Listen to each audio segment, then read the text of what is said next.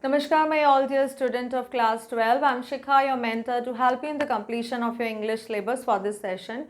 We have completed some chapters from our main course book and supplementary book. Now we'll move on towards the poem. So this video covers poem number 3 of your book, main course book Flamingo, that is Keeping Quiet, written by Pablo Neruda.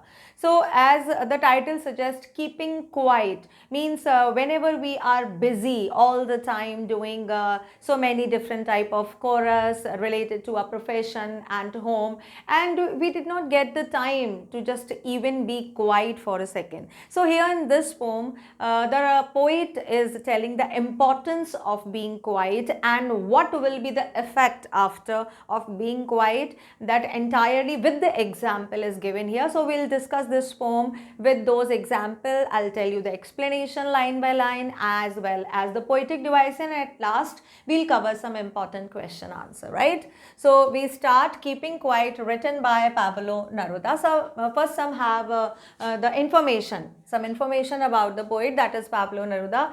He was born in 1904 and died in 1973. Is the pen name of Neftali Ricardo Reyes Basalto. So this was the complete name of Pablo Neruda, as it seems it was very critical to pronounce. That's why he has taken a very sweet and simple name for his writing, because he wanted to be known by this pen name. So pen name, if I'll tell you, pen name is generally, it's not an official name. Like we have so many nicknames, same as the writers uses the pen name for their writing to be known by that name only. ठीक है, means अगर हम ये बोलें कि ये जो है पोइट है, इनका जो असली नाम था वो था नेफ्टाली रिकार्डो रेयस बसाल्टो, बट इनको अपनी जो राइटिंग्स थी वो इस नाम के थ्रू नहीं छपवानी थी, प्रिंट करवानी थी, उन्होंने कुछ नाम अपना अलग रखा, that is called pen name, right? So pen name क्या था इनका? Pablo Neruda. So, who was born in the town of Parel in Chile? ये चाइल साउथ अफ्रीका के एक प्लेस है, चाइल, वहाँ पे इनका जन्म हुआ था. Neruda's poem are full of easily understood images which make them no less beautiful. He won the Nobel Prize for the Literature in the year 1971. So इनकी जो भी पोइम होती थी बहुत ईजी लैंग्वेज में लिखी होती थी. ईजी होने के बावजूद भी they are really beautiful for the readers who are reading and the message it gives, right? इनको नोबेल प्राइज मिला था, means he is one of those eminent poets जिनको नोबेल प्राइज से कन्फर्ड किया गया है. कब मिला था इनको? 1971 में. In this poem Neruda talks about the necessity of quiet introspection and creating a feeling of the mutual understanding among human beings. अब यहाँ पे देखो, ये जो वर्ड आया है introspection, you are going to read this word again and again. Intro is called related to inside, inspection is called means you are finding और inspecting something, किसी चीज़ के बारे में पता करना. तो क्या पता करना, कहाँ पता करना? अपने अंदर पता करना. मतलब why we are not knowing our self besides knowing the other people. दूसरों के बारे में कुछ भी जज करने से पहले नेरुदा कहते हैं इस पोएम में कि पहले अपने आप को जानो, अपने अंदर को इंस्पेक्ट करो कि what are you doing, why are you doing and when are you doing. So यहाँ पर हमें एक म्यूचुअल अंडरस्टैंडिंग होना चाहिए according to the poet. Mutual में the combination of two persons are there, ठीक है? तो किस में होनी चाहिए? Human beings. मतलब जो भी ह्यूमन बींग्स है हमारे अलावा जो है उन सब में एक अंडरस्टैंडिंग होना चाहिए.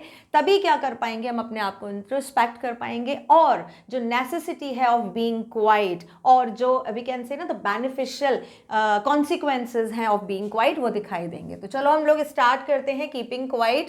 Before we read, what does the title of the poem suggest to you? What do you think the poem is about?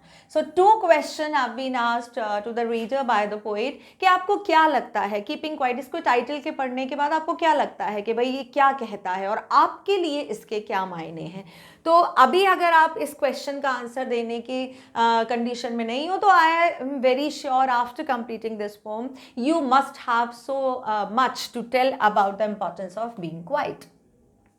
Let's see the theme of the poem. The main theme of the poem is keeping quiet is peace fraternity, unity, and its anti-war poetry. Peace, everybody know what is peace. Fraternity, when we are living with each and every human being we are considering as a brotherhood, ठीक है. And then unity is called जब हम अपने से अलग लोग, like family members, आपके जान पहचान के लोग हुए, उससे भी अलग जो सोसाइटी के लोग हैं, उनके साथ एक यूनाइटेड वे में रहते हो, वो. और anti war, anti is called something opposite war, जो वॉर से बिल्कुल अलग है, उसका जो है एक मैसेज देती है ये पोएम. और यही थीम इसमें प्रोमिनेंट है. मतलब ये पोएम हर जगह पीस स्प्रेड करने का एक मैसेज देती है. अलग अलग तरीके से पोइट ने इसे बताया है. The poet is worried about the violence, animal brutality and the fate of the manual labours. Violence is called when you are showing violence to someone, जब आप किसी को मारते पीटते हो, झगड़ा करते हो, अब्यूजिव वर्ड बोलते हो, मतलब किसी भी तरह से दूसरों को हर्ट करना. तो उससे बहुत जो पोइट हैं वो बहुत चिंतित हैं. उनकी चिंता कैसे दिखाई देती है? पोइम के थ्रू, जो उन्होंने बताया है, जो उन्होंने सच्चाई बताई है. एनिमल ब्रुटैलिटी, एनिमल्स के साथ जो हम ब्रुटैलिटी करते हैं, मतलब so many things are there, eatable things are there in the world, but even then we are killing them to just have a good dish in a supper, in a plate. Why? And बिना किसी कारण के हम उनका शिकार करते हैं. This is just kind of a brutality. And fate is called destiny of manual labours. जो लेबर्स हैं, जो वेजर्स हैं, जो डेली वर्कर्स हैं, उनकी हालत देखो, उनका क्या फ्यूचर है. उनको देखकर जो भी चिंता है, मतलब अगर आप में पीस है भी तो क्यों नहीं है, उनकी जिंदगी में पीस क्यों नहीं है, वो सारा इसमें डिस्कस किया गया है. Pablo Neruda urges mankind to cease all activity for a little while and be in harmony with the nature, and it tells us how a moment of silent introspection will make us realize the utter of our aggressive endeavors. यहाँ पर वो अर्ज करते हैं, अर्ज is called request. Pablo Neruda request कर रहे हैं सभी मैनकाइंड से कि रुक जाओ. सीज मतलब रुक जाओ, स्टॉप कर दो. जितनी भी एक्टिविटी हैं, जो कौन सी activity, violence activity, then this brutality या लेबर की एक्टिविटी, वर्किंग एक्टिविटी आपकी जो भी है, थोड़ी देर के लिए रुको और be in harmony. Harmony is called समानता. सबको एक साथ से रहना सीखो. किसके साथ रहो? Harmony you have to create with the nature. जहां आप रह रहे हो उसके साथ अपनी हार्मनी बिठाओ. And it tells how a moment of silent of introspection, moment is called एक पल, जो एक सेकेंड से भी कम होता है बहुत.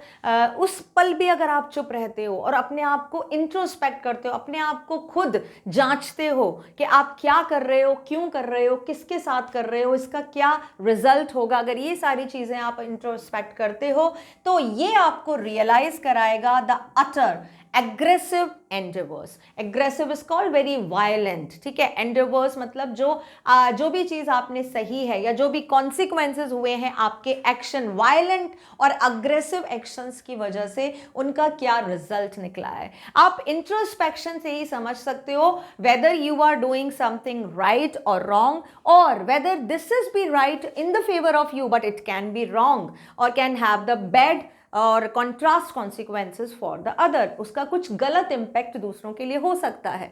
तो ये इंट्रोस्पेक्शन से ही समझ में आता है. तो यही थीम है. इसमें पोइट रिक्वेस्ट कर रहे हैं to create the peace. Now this is the starting line. Now we will count to 12 and we will all keep still. Now we, यहाँ पर जो we आया है फर्स्ट पर्सन प्रोनाउन, इसमें कौन कौन शामिल है? इसमें एक तो पोइट एंड रीडर्स, जितने भी रीडर्स हैं जो पढ़ रहे हैं पोएम, और जो आगे लिसनर्स हैं. आप लिसनर्स को भी बोल सकते हो क्योंकि ज़रूरी नहीं है कि वो पढ़ेंगे ही, लेकिन हो सकता है जिन्होंने पढ़ी हो ये पोएम वो आगे जाके किसी और को बताएं. तो वो ये बोलते हैं कि जितने भी हम लोग हैं उनको 12 तक काउंट करने की ज़रूरत है. जो हमारी काउंटिंग है 1 2 3 4 5 6 1 2 3 till 12 we have to count, and till that time we will all keep still. और जब तक ये काउंटिंग चलेगी, जब तक ये 12 गिनती चलती है, 12 तक की गिनती चलती है, हमको कैसा रहना है? स्टिल रहना है, इनएक्टिव रहना है. Now these 12 can be something related with the names of the month, क्योंकि ये भी 12 होते हैं. ठीक है. There is 12 in the clock as well. Zodiac sign होते हैं आपके, वो भी 12 होते हैं. ठीक है। तो यहाँ पे हमको ये नहीं पता चल रहा है कि पोइट किस चीज़ के बारे में 12 जो 12 है वो नंबर है वो किसकी तरफ डिनोट कर रहे हैं, बट उनका जो मेन एम है 12 काउंट करने का, उनका मतलब ये है कि whenever you are feeling the rage, जब भी गुस्सा आता है स्टार्ट काउंटिंग टिल 12, और जब तक आप वो काउंटिंग कर रहे हो धीरे धीरे धीरे धीरे आपको कैसा होना है, इनएक्टिव होना है, without any movement, without doing any work. जब आप कोई काम नहीं करोगे तो क्या होगा, everything will be pacify, silent, और उससे पीस आएगी।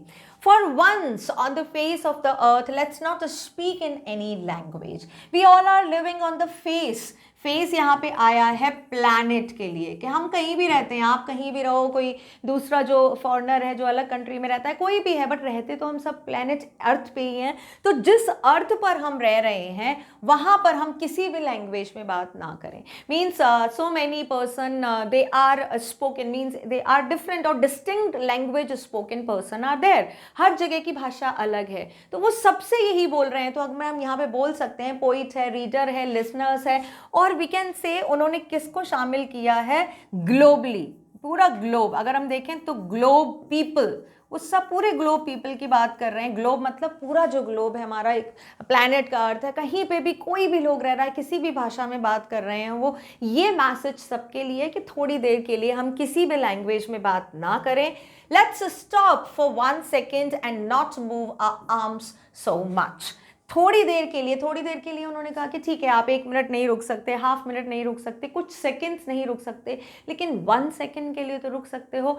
1 सेकंड के लिए please don't do any work. Arm का मतलब क्या हुआ, आर्म से आप क्या करते हो, कोई भी वर्क करते हो, टास्क करते हो, तो सारे काम रोक दो जो आप कर रहे हो, किसी भी तरह का कोई भी काम है। लैंग्वेज स्पोकन यानी कि बोलना छोड़ दो, काम करना तो उस काम करने को छोड़ दो, लेकिन किसके लिए बोल रहे हैं, थोड़ा 1 सेकंड के लिए। उन्होंने यहाँ पे टाइम भी दिया है 1 सेकंड के लिए। सो इस लाइन में पोइट ने क्या बताया है, whenever you are feeling very restless or it is just required, आप नहीं भी फील कर रहे हो तो भी थोड़े समय के लिए just count till 12, और जब तक ये काउंटिंग चल रही है don't do any kind of work, stop speaking in any kind of language, whoever is living on this earth, this is the message for everyone, and stop doing any kind of work for 1 second, right? I hope it is clear. आगे चलते हैं, अब देखते हैं इसकी poetic devices. Poetic devices, I hope everybody know, poetic devices helps us to take out the meaning of the sentence,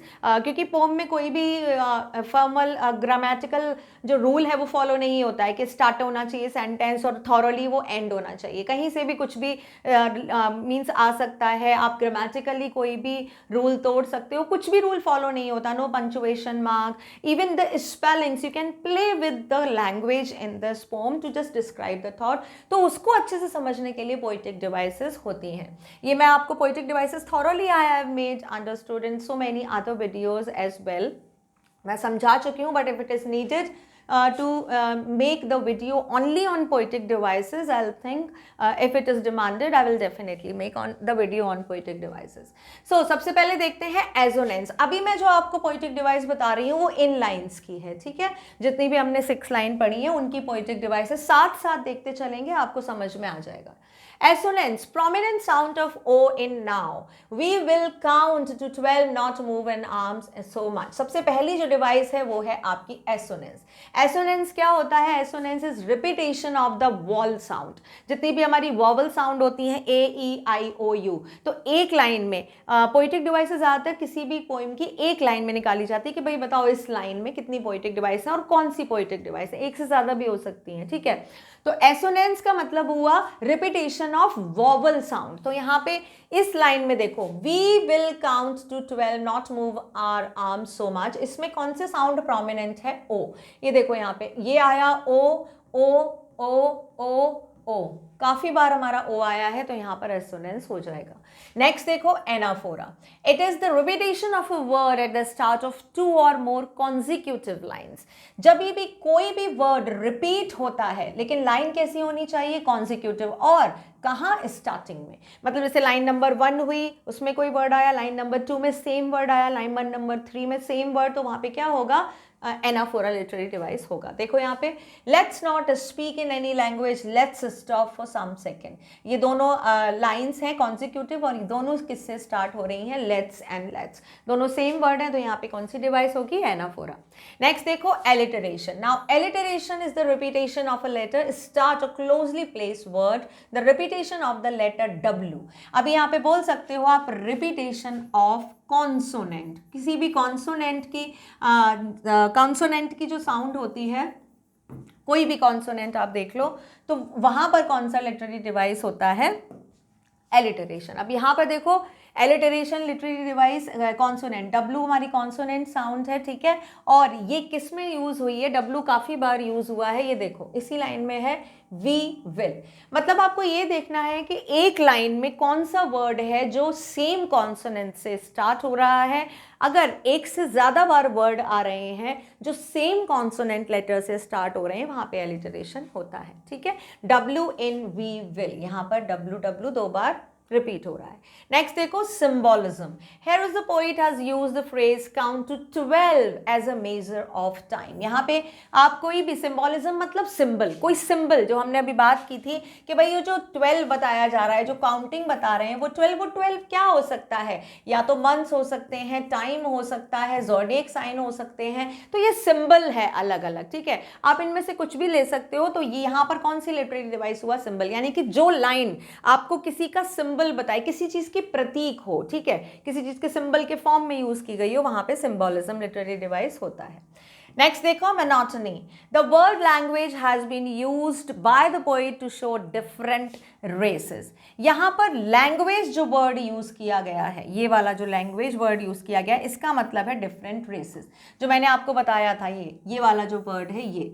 अब इसका मतलब क्या है, डिफरेंट रेसेस। रेसेस का मतलब different kind of person of appearance. Race का मतलब अलग अलग जो लोग होते हैं, ब्लैक वाइट, अलग अलग जो, जैसे हम इंडियन हैं, कुछ साउथ इंडियन होते हैं, अमेरिकन, साउथ अफ्रीकन, अलग अलग तरह के दिखने वाले लोग जो अलग अलग लैंग्वेज बोलते हैं। तो यहाँ पर लैंग्वेज से क्या मतलब है, डिफरेंट रेसेस, यानी कि उन्होंने एक छोटी सी चीज़, लैंग्वेज को एक वर्ड से उन्होंने कितनी बड़ी, वी कैन से ना, the humanity he is addressing. तो मोनोटनी का मतलब वो होता है जहाँ पे आप एक छोटी सी चीज़ से, यानी कि सिर्फ एक वर्ड से यू कैन डू, यहाँ छोटे से वर्ड से किसी और के बहुत बड़े के लिए कोई सिंबॉलिज्म प्रस्तुत करना, ठीक है। तो यहाँ पे उन्होंने क्या किया, लैंग्वेज एक छोटा सा वर्ड है, बट उस लैंग्वेज में उन्होंने पूरी ह्यूमैनिटी या पूरी डिफरेंट रेसेस को, डिफरेंट क्लैंस को उन्होंने क्या किया है, मिंगल करके और प्रेजेंट किया है। तो जहाँ पर छोटी चीज़ कोई बड़ी चीज़ के बारे में जब बताती है, किसी बड़ी फॉर्म के बारे में बताती है, वहाँ पे कौन सी लिटरेरी डिवाइस होती है, मोनोटनी, ठीक है। तो इस लाइन में assonance, anaphora, alliteration, symbolism and monotony. आगे देखते हैं, चलो। It would be an exotic moment without rush, without engine, and we would all be together in a sudden strangeness. Exotic is called strange and sudden is called unexpected. अब यहाँ पर वो poet आगे बोल रहे हैं कि ये एक बहुत ही exotic मोमेंट होगा। कौन सा मोमेंट, जिस मोमेंट में आप चुप रहोगे, जब कुछ भी नहीं करोगे। ये बहुत ही स्ट्रेंज, बहुत ही फैंटास्टिक मोमेंट होगा आपके लिए, बिल्कुल अलग एक्सपीरियंस। क्यों, क्योंकि आजकल के लोग जानते ही नहीं है इंट्रोस्पेक्ट रहना। अगर हम चुपचाप भी हैं तो चुपचाप भी, हमारा मुंह बंद है बट हमारे eyes, ears, means all time we are busy with the technical devices. कुछ नहीं करने का मतलब है कुछ भी नहीं करना है, सिर्फ बोलने से मतलब नहीं है। Means you have to just be quiet, keep calm. वो जो मोमेंट आप फील करोगे, that will be really strange moment, never felt before. Without rush, rush का मतलब क्या होता है, भागना, दौड़ना, भागना। दौड़ना और भागना छोड़ो, सड़कों पे आप देखो सब लोग, जहाँ पे भी आप देखते हो, पैदल, व्हीकल्स, कन्वेंस, सभी लोग भागे जा रहे हैं। Just stand any time, stand at the side of the road and close your eyes. आपको इतनी ऐसा लगेगा कि पता नहीं सब कहाँ जा रहे हैं। Nobody is having the time, everybody is just running on the road in the race of the life. तो वो ये कह रहे हैं कि अगर हम ये सारी जो जल्दबाजी है, जो भाग दौड़ है, जो कॉम्पिटिटिव एक तरह से जो हमने सिचुएशन बना रखी है, उसको हम रोक दें। Without engine, engine is related with the vehicles. कहाँ होते हैं ये, वही मशीन में ही होते हैं। यहाँ पे कौन सी मशीन की बात हो रही है, जितने भी व्हीकल्स हैं, ठीक है। उन्होंने कहा कि विदाउट एनी इंजन, मतलब जब आप शांत रहोगे, ना कोई लैंग्वेज बोलोगे, ना आप कोई भागा दौड़ी करोगे, ना आप किसी व्हीकल को चलाओगे, ना आप किसी कहीं पे बैठे होगे, we would all be together, हम सभी एक साथ होंगे। और ये सिर्फ आपके या मेरे करने से नहीं होगा, ये एग्जॉटिक मोमेंट, ये पीस तब आएगी जब सारे लोग ये करेंगे। ऐसा नहीं कि एक ही टाइम पे करना है, मतलब सारे लोग इस चीज को फील करें।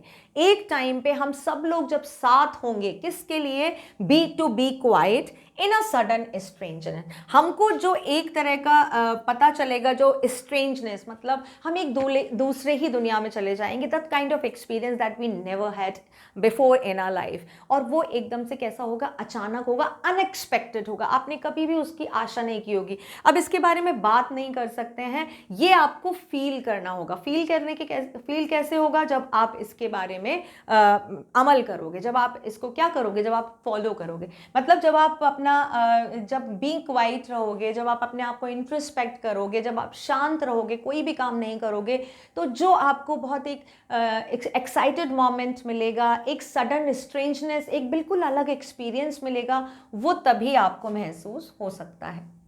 आगे चलो। Fisherman in the cold sea would not harm the whales and the man gathering salt would look at his hurt hands. अब उन्होंने दो एग्जाम्पल दिए हैं यहाँ पे। एक एग्जाम्पल दिया है उन्होंने फिशरमैन का, कि फिशरमैन से बोलो। अब यहाँ पे अलग अलग, मतलब जो जैसे उन्होंने बोला लैंग्वेज अलग अलग, बहुत सारे लोग हैं, उन्होंने बोला कि भाई जितने भी लोग हैं सब साथ में आओ, सब साथ में अमल करो। फिर उन्होंने पूरी ह्यूमन रेस को उन्होंने क्या किया, एक तरह से एड्रेस किया कि किसी को भी कुछ नहीं करना है। अब वो कुछ एग्जाम्पल दे रहे हैं कुछ लोगों के।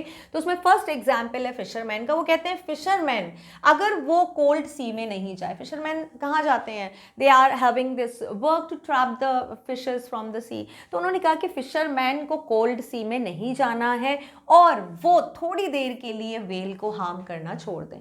मतलब जो वेल को ट्रैप डाल के वो जो पकड़ते हैं, ठीक है, वाटर में मछलियों को, उसको वो थोड़ी देर के लिए रोक दें। And the man gathering salt, जो आदमी है जो सी के किनारे से जो सॉल्ट गैदर करते हैं, we know it very well that behind at the side of the lake और ओशन के जो बीच पे है, वो क्या होता है? किनारे पर सॉल्ट कलेक्ट होता है। तो वो जो सॉल्ट गैदरिंग पर्सन है, जो सॉल्ट गैदर करते हैं, वो थोड़ी देर के लिए रुक जाएं।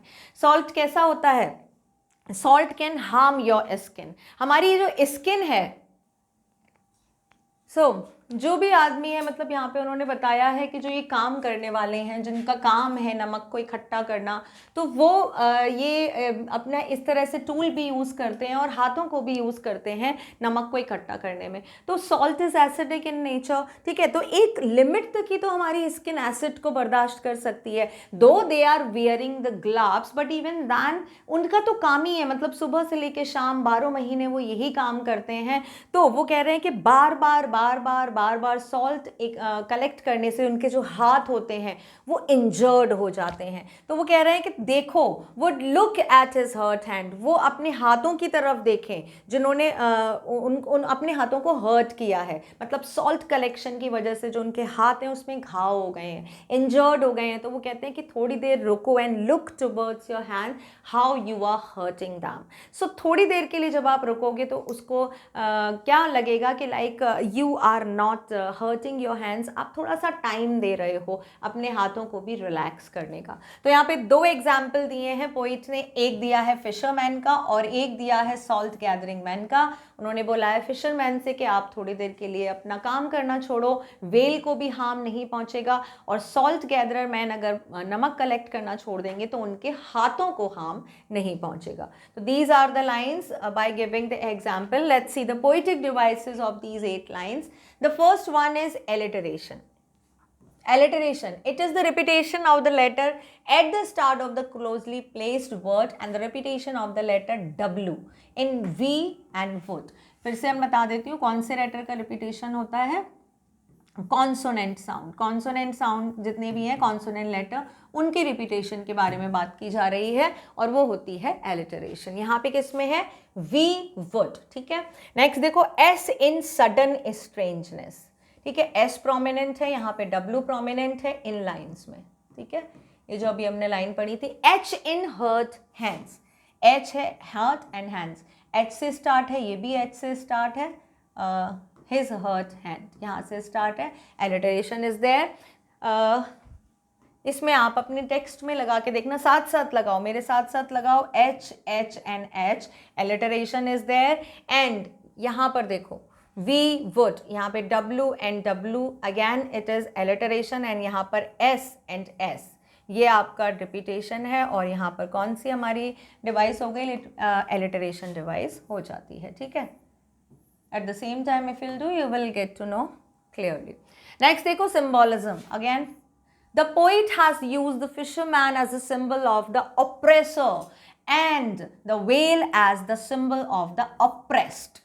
अब यहाँ पे देखो किस चीज़ का सिंबल दिया है, फिशरमैन। फिशरमैन एक तरह से क्या करा जाए, अगर देखा जाए तो वेल को वो हार्म कर रहा है, वेल पे वो अत्याचार कर रहा है, तो एक तरह से फिशरमैन को क्या बोला गया है, ऑपरेसर, जो लोगों को परेशान करते हैं, जो लोगों को हार्म पहुंचाते हैं। और वेल को किसका सिंबल माना गया है, जो लोग हैं, जो विक्टिम बनते हैं। तो यहाँ पे फिशरमैन के थ्रू वो सारे ऑपरेसर्स को बोलते हैं, जो भी लोग हैं जो दूसरों को टॉर्चर करते हैं, हार्म पहुंचाते हैं, कि भाई थोड़ी देर के लिए रुको, और जो वेल हैं यानी कि जो विक्टिम्स हैं उनको थोड़ा आराम दो, मतलब अपनी vicious activities just stop for some while and let the victims have the relax.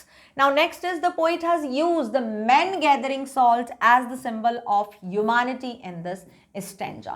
Humanity means humanity is going to be hurted itself. अगर बोला जाए humanity मतलब we are human and we ourself are doing some kind of deeds ना, जो humanity के लिए बिल्कुल भी अच्छी नहीं है, एक तरह से शेमफुल है। तो कौन कर रहा है, आप ये नहीं बोलोगे कि वो कर रहा है या ये कर रहा है, मैंने कुछ नहीं किया। No, nobody is totally innocent and honest towards this. Everybody is doing a kind of thing so that indirectly or directly you are hurting the other humans. तो ये क्या हुआ, indirectly आप एक तरह से ह्यूमैनिटी को ही हर्ट कर रहे हो। तो यहाँ पर जो सॉल्ट गैदरिंग मैंने, वो क्या करते हैं, वो अपने हाथों को खुद ही हर्ट कर रहे हैं। सेम एज ये सिंबल बनता है किसका, ह्यूमैनिटी का, ह्यूमंस का, कि ह्यूमन है। अगर आप किसी दूसरे ह्यूमन को परेशान करते हो तो डोंट थिंक कि यू आर इम्पैक्टिंग और यू आर टॉर्चरिंग और giving the ill treatment to that human. No, उसका असर आप पर भी होता है। अब देखो पूरी दुनिया में अगर कोई भी वॉर या कुछ किसी भी तरह की कोई भी डिसकंटेंट एक्टिविटी होती है, उसका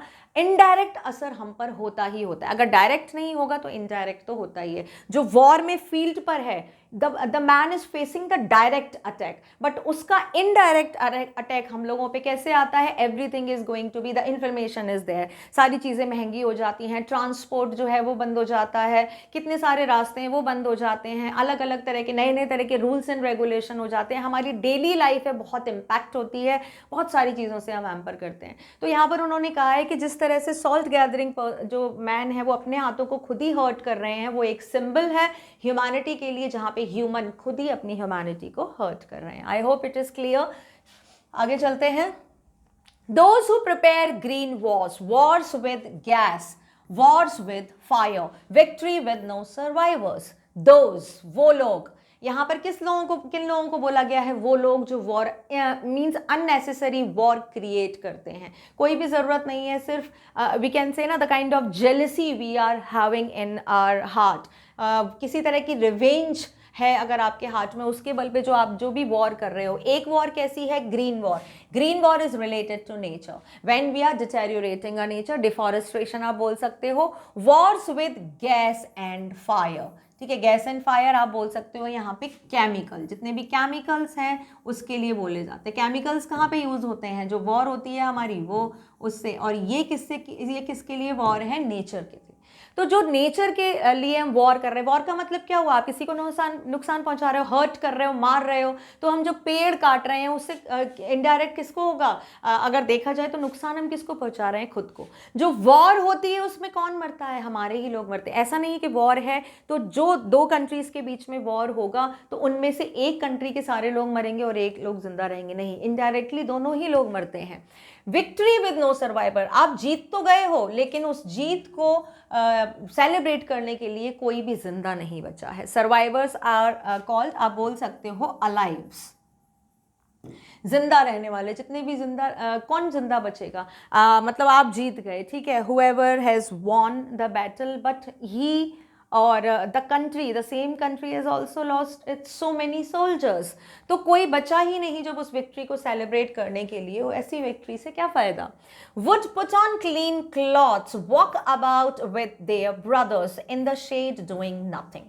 now put on clean clothes, नए कपड़े पहनो। नए कपड़े से मतलब क्या है यहाँ पर, just go and just means imagine a new life, the new beginning आप बोल सकते हो यहाँ पर। किस चीज़ की new beginning, new beginning, new beginning of life. जब आपकी न्यू बिगिनिंग ऑफ लाइफ होगी, नए कपड़े पहनना का मतलब है जो पुराने कपड़े हैं, यानी कि जो पुराने थॉट्स हैं, आपने जो भी कर दिया है, just let keep aside and now come up in a new form. वो कौन सी न्यू फॉर्म होगी, जिस तरह से you have to walk with their brothers. Brothers का मतलब कौन कौन हुए, all humans, all other humans आप बोल सकते हो। ऑल अदर ह्यूमन, जितने भी हमारे लोग हैं जो आपको दिख रहे हैं यहाँ पर, वो कैसे हैं, वो आपके भाई हैं। ठीक है, साफ साफ लिख देती हूँ so that all other humans, जितने भी दूसरे हैं वो आपके किसकी तरह हैं, भाई की तरह हैं। नए कपड़े पहनने का मतलब है the person to whom you are still assessing as your revenger, आपको उससे बदला लेना है, you are hating that person, keep that hate aside, keep that revenge, the feeling of the revenge aside and just now put on a new form and look at the same person with peace, with fraternity, with brotherhood. Then that person will not seem you as an enemy. In the shade, और कहाँ बैठना है, shade. Now shade यहाँ पे किस चीज़ का अगर देखा जाए तो किस चीज़ का सिंबल है, कंफर्ट। कंफर्ट बोल सकते हो आप, सेफ्टी बोल सकते हो। शेड का मतलब क्या होता है, जो सनलाइट है वो किसका सिंबल है, वो डिफिकल्टी, ट्रबल्स का, हार्डशिप का सिंबल है। शेड किसका सिंबल है, शेड का मतलब कंफर्ट एंड पीस। अगर सब लोग एक दूसरे को ब्रदर समझेंगे तो क्या होगा, पीस होगा, एवरीवेयर विल बी पीस। कहीं भी डरने की, किसी से भी डरने की जरूरत नहीं है। डूइंग नथिंग, डूइंग नथिंग मतलब कुछ नहीं करना है। अब ये कुछ नहीं करना है, ये लाइन आगे के पैराग्राफ से कनेक्ट होती है। तो इन लाइंस में हमने क्या पढ़ा कि हम जो भी टॉर्चर कर रहे हैं इनडायरेक्टली और directly towards the nature, towards the humanity, उसको हमको बंद करना है। Why, because this battle is going to be left with no survivors who can celebrate their victory. उसके बाद हमको जो पुराना, जितने भी हमारे थॉट्स हैं, जो भी हमारी रिवेंज की भावना है, उसको हमको छोड़ना है। जो हमारा पुराना रूप था उसको एक तरफ रखकर हमको नया फॉर्म लेना है, नई बिगनिंग, नई लाइफ की तरफ बढ़ना है, जिसमें हमारे जितने भी लोग हैं वो सारे हमको अपने भाई और बहन लगे, मतलब उनके साथ हमको पीसफुली रहना है। और इस तरह से जब सभी लोग पीसफुली रहेंगे तो सबके पास पीस होगी, सबके पास कंफर्ट होगा, सब सेफ्टी में होंगे। आप कहीं जाते हो तो आपको डर लगता है, बट जब ये डर चला जाएगा तो safety will itself come, safety अपने आप आ जाएगी। डूइंग नथिंग, ये कनेक्ट हुई है आपकी नेक्स्ट पैराग्राफ से, जिसमें पोइट क्या कहना चाहते हैं वो हम देखेंगे। Let's see poetic devices for this paragraph first. First is alliteration. It is the repetition of the letter the start of closely placed word consonant, और ये यहाँ पे आया है W वॉर्स विद। ठीक है, इस लाइन में W प्रोमिनेंट है। Then C is again a consonant, clean clothes. तो यहाँ पे हमारा क्या हो गया, एलिटरेशन हो गया। आप लोग साथ साथ इसमें अपनी टेक्स्ट बुक में करते जाओ। यहाँ पर आ जाएगा हमारा क्लीन क्लॉथ्स, ये रहा क्लीन एंड क्लॉथ्स। एंड एक था हमारा वॉर विद, ये रहा वॉर्स एंड विद। ठीक है, ये हमारा आ गया दूसरा, ये एलिटरेशन हो गया। नेक्स्ट देखो assonance, prominent sound of the vowel O. Victory with no survivors would put on clean clothes and walk about with their brothers. 3 line यहाँ पर लिखी हुई हैं, देखो victory with no survivors, first line would put on clean clothes, second line and third line is this। और O की prominency है सब में, ये देखो, इसीलिए यहाँ पे क्या है, एसोनेंस। O के बाद अगर कोई और भी हो, A E I O U, इनमें से कोई भी हो, अगर इसे प्रोमिनेंट है लाइन में तो वहाँ पे एसोनेंस लिटरेरी डिवाइस हो जाएगा। बस एक से ज़्यादा बार आना चाहिए, ऐसा नहीं कि 7-8 बार, नहीं, 1 से ज़्यादा, more than 1 repetition, that will be assonance और एलिटरेशन। नेक्स्ट देखो रिपीटेशन। अब नेक्स्ट आता है हमारा repetition. The word war has been repeated. अब एक लाइन में अगर एक वर्ड, सेम वर्ड बार बार आ रहा है, वहाँ रिपीटेशन होता है। ये देखो, ये रहा, ये यहाँ पे था जब हमने वॉर लगाया था अपना, ये वॉर्स एंड वॉर्स, तो तो ये रहा हमारा रिपीटेशन, ये वॉर्स एंड वॉर, ये 2 बार यहाँ पे रिपीट हुआ है, यानी कौन सा है, रिपीटेशन लिटरेरी डिवाइस है। नेक्स्ट देखो irony, when there is a complete contrast between the literal meaning and what appears to mean, मतलब आप जो कह रहे हो उसका उससे कहने से बिल्कुल उसका उल्टा मीनिंग है, वहां पे होता है आयरनी। जैसे आप बोलो आज तो तुम बहुत अच्छे लग रहे हो, लिटरली आप बोलना चाहते हो कि आज तो तुम बहुत खराब लग रहे हो, mean you dressed up so nicely, means you dressed up so awkwardly, मतलब बिल्कुल उल्टा मीनिंग होना, ठीक है, जो आयरॉनिकल वे में बोलते हैं। तो ये हुआ green war, wars with gas, wars with fire, victory with no survivors, symbolism। ये ना, एंड ये नेक्स्ट आती है अभी हमारी, ये देखो पहले आयरनी, ग्रीन वॉर्स का मतलब क्या हुआ, ग्रीन वॉर का मतलब हुआ कि indirectly you are torturing to the nature, ये आयरनी हुआ। आप ग्रीन वॉर कर रहे हो, भाई ग्रीन कलर की वॉर थोड़ी है कि हमारे पास ग्रीन कलर के एम्यूनिशन है, नो। इसका मतलब क्या हुआ, इसका आयरनी कहने का मतलब क्या है, ग्रीन वॉर यानी कि आप जो एक ग्रीनरी है, जो नेचर है, उसके खिलाफ आप वॉर कर रहे हो। Now war with fire and war with gas, अब गैस से तो हम वॉर करेंगे नहीं, फायर से वॉर नहीं करेंगे, मतलब ये बताया गया है, ये आयरनी है कि जो केमिकल वॉर्स होती हैं, जो बॉम्ब्स होते हैं, जो एम्यूनिशंस होते हैं, जो यूज़ किए जाते हैं, जिन केमिकल्स के जो इम्पैक्ट होते हैं वो सालों तक रहते हैं, वो चीज़ है, वो इस वर्ड में यूज़ की गई है, and that's why here is irony. अब नेक्स्ट देखते हैं literary device, just a second, आपको कंफ्यूजन हो जाएगा, yes. Now next is symbolism. The poet has used clean cloth as a symbol of peace. यहाँ पे clean cloth का मतलब किससे है, peace से है, या आप बोल सकते हो new life, new life with peace, ठीक है। चलो आगे चलते हैं। Now What I want, अब मैंने बोला था आपको ये जो वर्ड है ये नेक्स्ट वर्ड से डूइंग नथिंग, ठीक है, ये जो डूइंग नथिंग है ये यहाँ पे कनेक्ट हो रहा है। मैं यहाँ पे लिख देती हूँ एक बार डूइंग नथिंग, ठीक है, जिससे आपको समझ में आ जाए कि ये जो डूइंग नथिंग है ये यहाँ पे आके कनेक्ट हुआ है, doing nothing. Now doing nothing से पोइट क्या बोलना चाह रहे हैं, let's see that. What I want should not be confused, मैंने क्या बोला है, doing nothing, लेकिन इससे आपको कंफ्यूज होने की जरूरत नहीं है। With total inactivity, total inactivity का मतलब क्या हुआ, आप कोई काम ही नहीं कर रहे हो।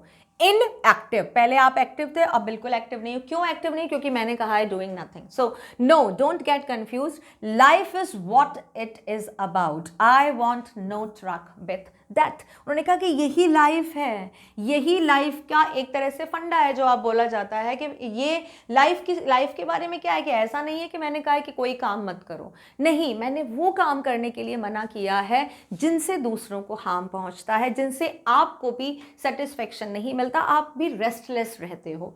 I want no trucks with death, ये मेरा कहने का मतलब है total inactivity means those activities which can give और विच कैन किल समवन, ठीक है, उन एक्टिविटीज को बंद करना है, क्योंकि मैं नहीं चाहता हूं कि जो death want truck with death, truck का मतलब क्या हुआ, द लोडेड, जहाँ पे बहुत सारा सामान भर के जाता है यहाँ पे, और वहाँ पे क्या सामान भर के जा रहा है, डेथ्स, कॉफन्स। ये कब जाते हैं, when the war finish, when the battle is over, see the war field या battlefield that is loaded with the dead bodies। अब वो डेड बॉडीज कैसे लेकर जाएंगे, वो ट्रकों में भरी जाती हैं, and then they bring back, और फिर उनका क्रेमेशन किया जाता है, क्योंकि वहाँ पे हज़ारों जो लोग मरे हैं, अब हज़ारों लोगों को आप एक एक करके वहाँ पे स्ट्रेचर पे नहीं ला सकते हो, इट इज़ नॉट पॉसिबल, तो उनको एनी हाउ ट्रकों में भर कर लाया जाता है।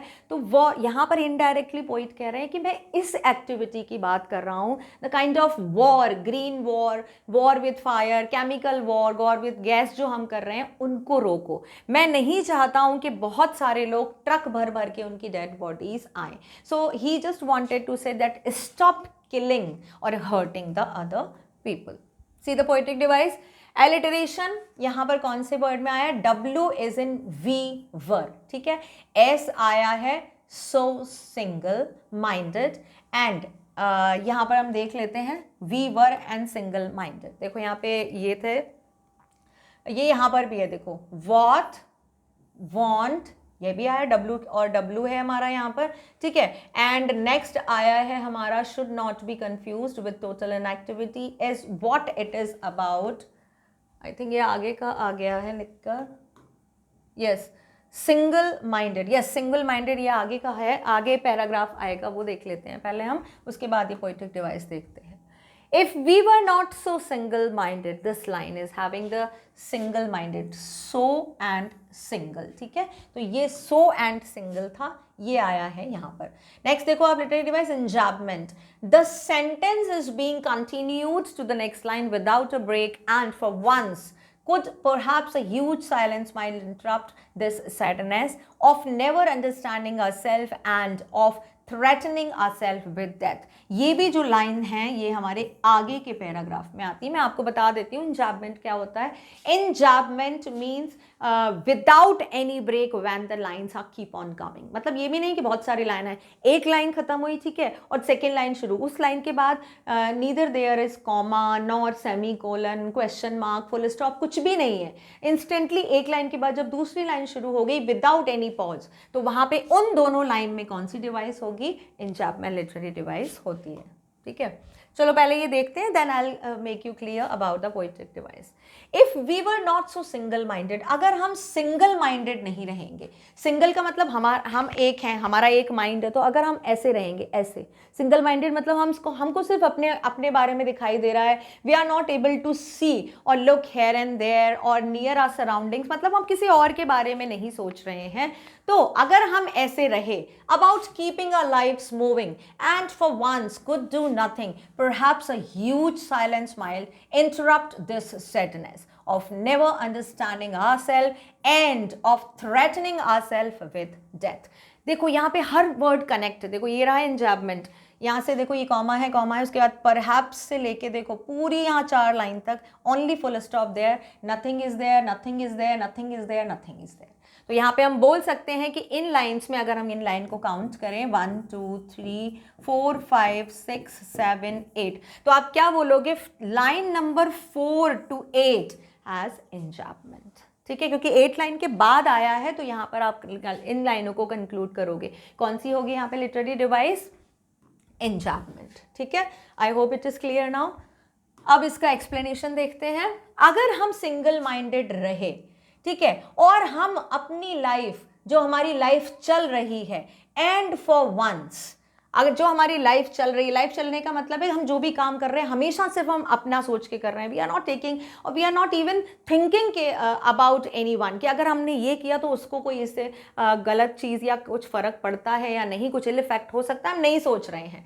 परहैप्स अ ह्यूज साइलेंस, अगर हम कुछ भी काम नहीं कर रहे हैं, फॉर वंस, थोड़ी देर के लिए आप सोच के देखो कि हमने कुछ भी काम नहीं किया. जब कोई काम नहीं करेगा कोई भी, तो क्या हो जाएगा? Huge silence will be there.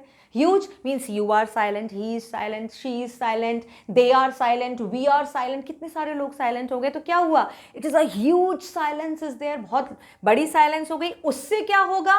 It might interrupt, ये इंटरप्ट कर सकती है, ये तोड़ सकती है, ये ब्रेक कर सकती है. किस चीज को? आपकी सैडनेस को. जो आप सैडनेस है, सैडनेस क्यों है?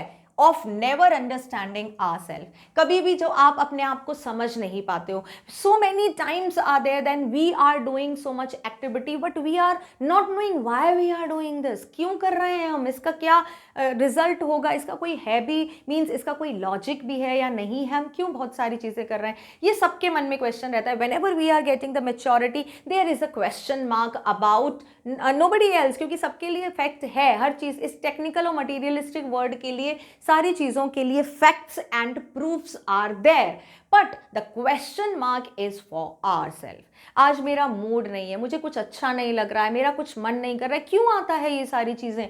एक स्ट्रेंज सी सैडनेस आ जाती है, वो चली जाएगी. तब आप अपने आप को जो समझ नहीं पाते हो वो वाली सैडनेस चली जाएगी. एंड ऑफ थ्रेटनिंग आवरसेल्फ, और जो हमको डराती रहती है, हमेशा एक चीज़ डराती रहती है. क्या चीज़ डराती रहती है? डेथ. कि अगर मैं मर गई तो, अगर मैं मर गया तो, मतलब इस तरह की एक डेथ का साइलेंस रहता है. I have to complete this work right now, maybe tomorrow I will be there और नॉट, कल हो या ना हो, मैं वहाँ पे हूँ या ना हूँ. इस तरह का एक बोल सकते हैं untold fear is there in your mind because life is unpredictable. Nobody knows when he or she will just depart from this life.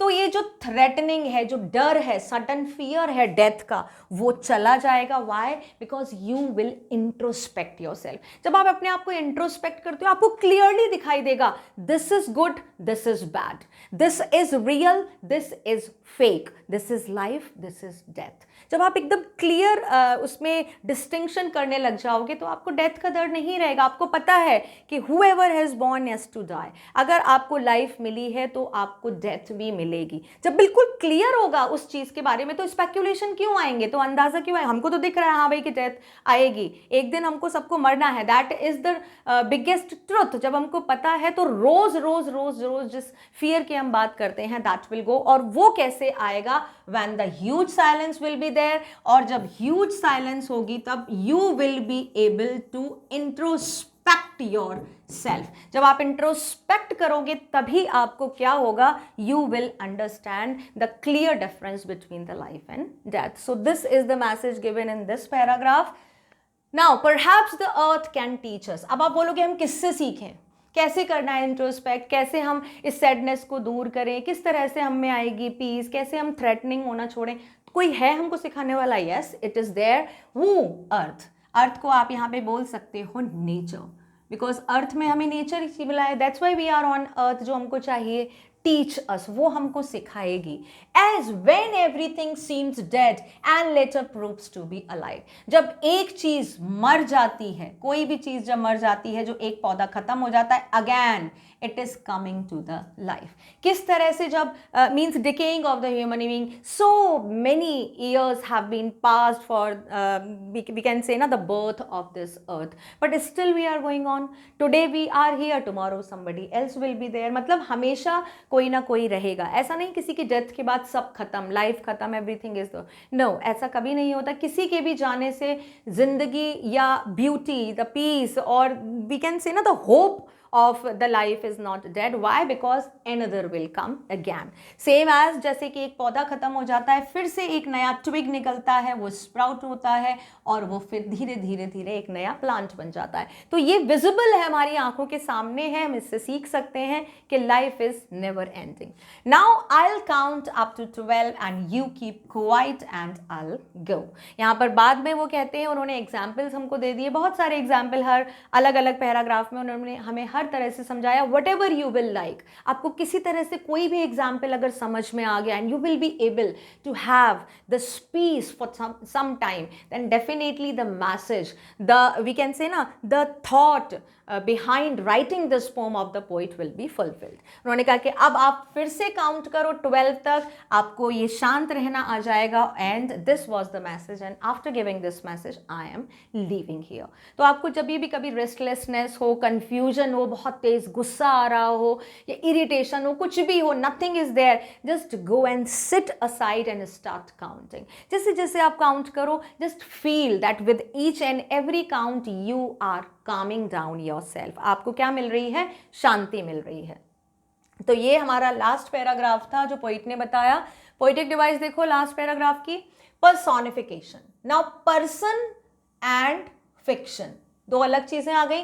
Person means क्या हुआ? लिविंग थिंग, ये लिविंग हो गया, ठीक है. और फिक्शन का मतलब क्या हुआ? Non living. सो यहाँ पर जब ये दोनों चीजें बंध जाती हैं, the poet has personified the earth by saying the earth can teach us. Now अगर हम अर्थ बोलें तो देखो ये यहाँ पे साइंस और लैंग्वेज में थोड़ा सा कॉन्ट्राडिक्शन है. जो साइंस के अकॉर्डिंग जो ऑर्गेनिज्म है या लिविंग क्रीचर्स हैं वो लैंग्वेज के अकॉर्डिंग नॉन लिविंग कैटेगरी में आते हैं, ठीक है. पेड़ पौधे और जितने भी इंसेक्ट्स हैं, एनिमल्स हैं, they all are treated as non living in languages. तो पोइट अगर किसी नॉन लिविंग थिंग को किसी लिविंग थिंग के फॉर्म में जब प्रेजेंट करते हैं तो वहां पे पर्सोनिफिकेशन होता है. अब अगर हम अर्थ को देखें तो earth is non living according to language, और इसके साथ क्या आ रहा है? टीचर्स. अर्थ हमको सिखा सकती है. Earth is neither a man nor a woman, वो हमको नहीं पढ़ा सकता. तो यहाँ पे हमने क्या बोला? Personification. I hope it is clear. Next देखो, extended metaphor. The poet has used extended metaphor by saying when everything seems dead and later proves to be alive. Metaphor is the thing when you are comparing the characteristic of two things. ठीक है, किसी दो चीज की characteristic को हम compare करते हैं, उनमें जो सिमिलैरिटी है उसको कंपेयर करते हैं. यहाँ पे इस लाइन में क्या चीज किया है उन्होंने, एवरीथिंग सीम्स डेड, जब सब चीजें कैसी लगती हैं, डेड हो जाती हैं। डेड को आप यहाँ पे डिके भी बोल सकते हो, खत्म हो गई हैं। And later proves to be alive, और यहाँ पे इसको आप बोल सकते हो बर्थ।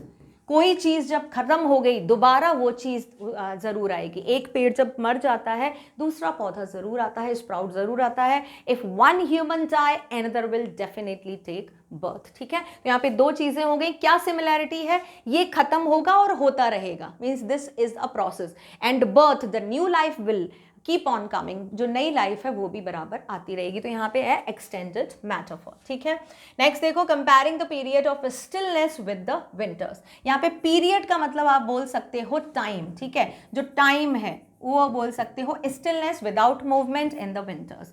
यहाँ पे विंटर्स को किया गया है डिफाइन, आप ये बोल सकते हो जो विंटर सीजन है दैट इज, मैं दूसरा वो कर लेती हूँ, यस ये जो विंटर सीजन है इसको किससे कंपेयर किया गया है, डिके से। विंटर में क्या होता है, सब कुछ शांत हो जाता है, ऐसा लगता है लाइफ खत्म, everybody is inside their doors, freezed environment, है ना, सूरज नहीं है, कोई भी एनर्जी नहीं है, and all the trees are laden with the snows, है ना, फोग है, मतलब एक तरह से लाइफ खत्म हो गई ऐसा लगता है।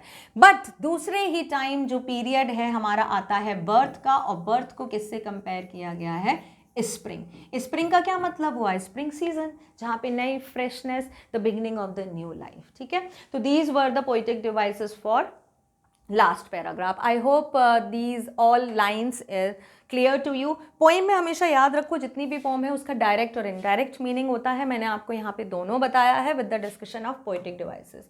अब इसका मैसेज देखते हैं पोएम का। Keeping quiet leaves us a message of universal brotherhood. Universal मतलब वो किसी एक एरिया के लिए नहीं बोल रहे हैं, वो पूरे यूनिवर्स के लिए बोल रहे हैं कि everybody has to treat the other human being as his brother and sister and with peace. It urges, यहाँ पे इट की जगह मैं ही लिख देती हूँ। ठीक है, ही अर्जेस या he requests people to stop all sort of aggression including that towards the environment. सभी तरह के एग्रेशन या एग्रेसिव वायलेंट एक्टिविटीज को बंद करो, ह्यूमन के टुवर्ड्स या नेचर के टुवर्ड्स, सबको बंद करो।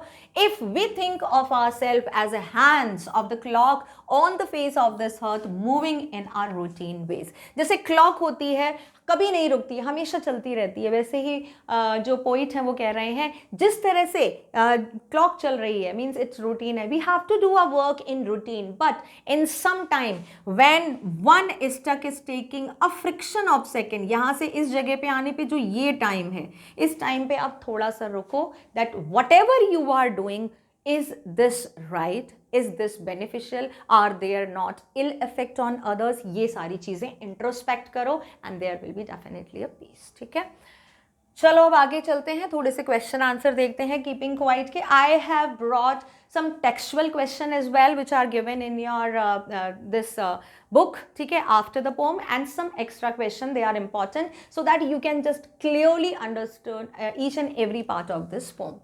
सबसे पहले हम देखते हैं कॉम्प्रहेंशन स्टेंजा, क्योंकि पोम के ज़्यादातर यही फॉर्म आते हैं आपके एग्जाम में, एक्सट्रैक्ट। ठीक है, कुछ एक्सट्रैक्ट या एक लाइन दे दी जाती है और उसमें से क्वेश्चन पूछे जाते हैं।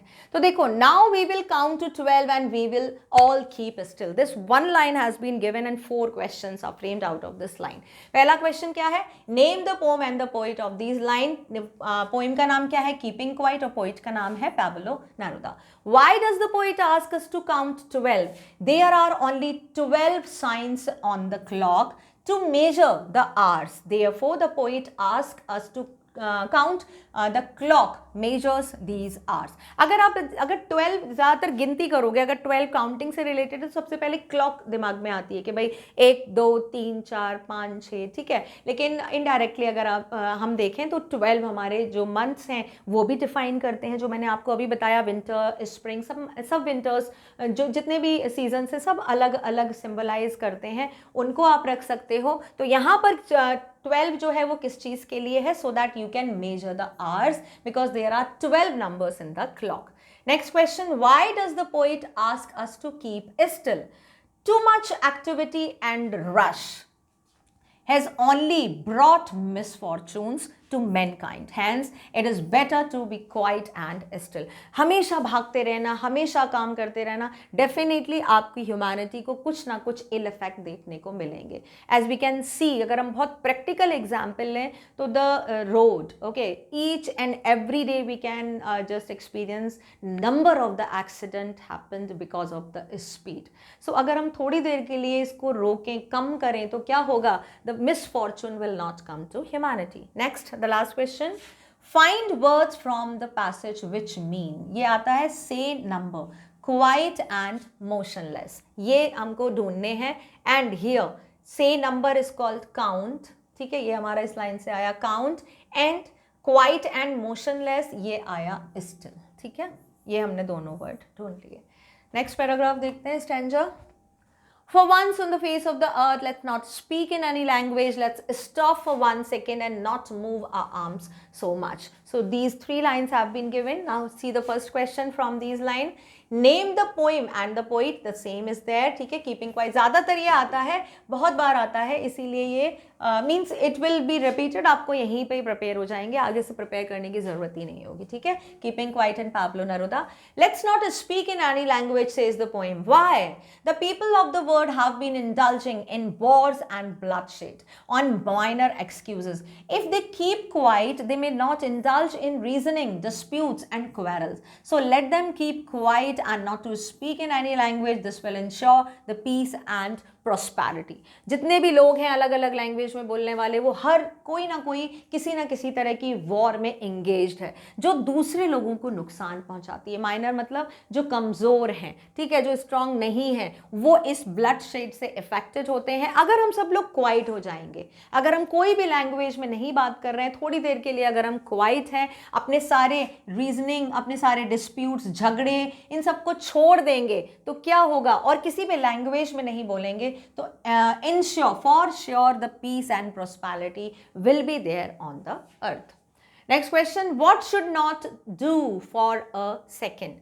We should cease all activity for a second. Man has used his arm only to kill and destroy others. Therefore, let them not move their arms so much to harm other. यहाँ पे not to use the arm का main purpose क्या है? To stop the bloodshed and war. ऐसा नहीं कि हाथ से आप काम कर रहे हो वो बंद कर दो. No. Earlier we have already discussed कि पोइट का जो indirect मैसेज है, जो अपील है, वो ये है कि जो bloodshed हो रहा है, जो wars हो रही हैं, उनको बंद करो और अपने आम मतलब जो हथियार आप उठाते हो उनको बंद करो, जिससे कि दूसरों को नुकसान ना हो. The expression, I'm so sorry, what do you understand by the face of the earth? इस लाइन से क्या मतलब है, the face of the earth, क्योंकि अर्थ का फेस तो नहीं होता. The expression the face of the earth refers to the various countries on the surface of the earth. Face का मतलब क्या हुआ, आप क्या क्या देख सकते हो, जो प्लैनेट अर्थ है उसमें बहुत सारे कंट्रीज हैं, ठीक है, तो उसका मतलब हुआ फेस ऑफ द अर्थ, यानी कि वो जो कंट्री है, वो जो रिप्रेजेंट करते हैं लोग, वो कहाँ रहते हैं, कंट्रीज में रहते हैं. वो कंट्री कहाँ है, अर्थ में है. So all the countries are just like the face of the earth. Next stanza. It would be an exotic moment without rush, without engines, would all be together in a sudden strangeness. First question from these lines. Name the poem and the poet, keeping quiet in Pablo Neruda. Next is, what will happen if there is no rush or running of engine? There will be peace all around. There is no rush on the sound of the running of engines and machine. यहाँ पर बता रहे हैं कि क्या होगा, rush नहीं होगा तो पीस होगी, ऑब्वियसली कोई भागेगा नहीं तो वो पीस होगी. और रनिंग ऑफ द इंजन्स, अगर उनको रोक देंगे तो क्या होगा, जो आवाज़ आती है, जो पॉल्यूशन हो रहा है because of the engine, because of the machine, वो बंद हो जाएगा. ठीक है, बिकॉज पॉल्यूशन से भी, sound pollution, these all are also creating a negative effect towards the humanity as well as the nature. Next question, what sort of moment will it be? It will be very enticing and beautiful moment. आप यहाँ पे इसको exotic moment भी बोल सकते हो. कौन सा मोमेंट? जब हम सब लोग शांत होंगे, वो बहुत exotic moment होगा. How would all of us feel at that moment? All of us will enjoy the unusualness and sudden strangeness of that moment. ठीक है, कैसा अच्छा लगेगा हमको, एकदम बहुत strange feeling आएगी, experience जो हमने कभी नहीं किया है, and we will feel enjoy. Fisherman in the cold sea would not harm whales and the man gathering salt would look at his hurt hand. First question is, what do fishermen usually do in the cold sea? क्या करते हैं fishermen cold sea में? They usually catch fishes, particularly whales in the cold sea, और उसको उन्होंने बंद करने को बोला है. What does the poet ask fisherman not to do? Poet asks fisherman not to hurt or injure the whale. जिस whale को वो पकड़ रहे हैं उनको थोड़ी देर के लिए trap मत करो. What has happened to the man gathering salt? The man gathering salt has injured his own hand. What should the man gathering salt do? He must take care of his hand, hurt hand. कैसे होगा वो take care? थोड़ी देर के लिए काम को बंद करो. Those who prepares green wars, wars with gas, wars with fire, victory with no survivors, would put on clean clothes and walk about with their brothers in the shade doing nothing. Name the poem and the poet, Keeping Quiet and Pablo Neruda. Next question is, what sort of wars are mentioned in above lines? Green wars, wars with poisonous gases and wars with fire are different kinds of war. ये आप बोल सकते हो natural war और ये बोल सकते हो आप chemical war. ठीक है, जो मैंने आपको पहले बताया, green is called nature, war towards the nature, और ये हो गई हमारी chemical wars जो हमारी होती हैं battlefield में. Next is, what kind of victory will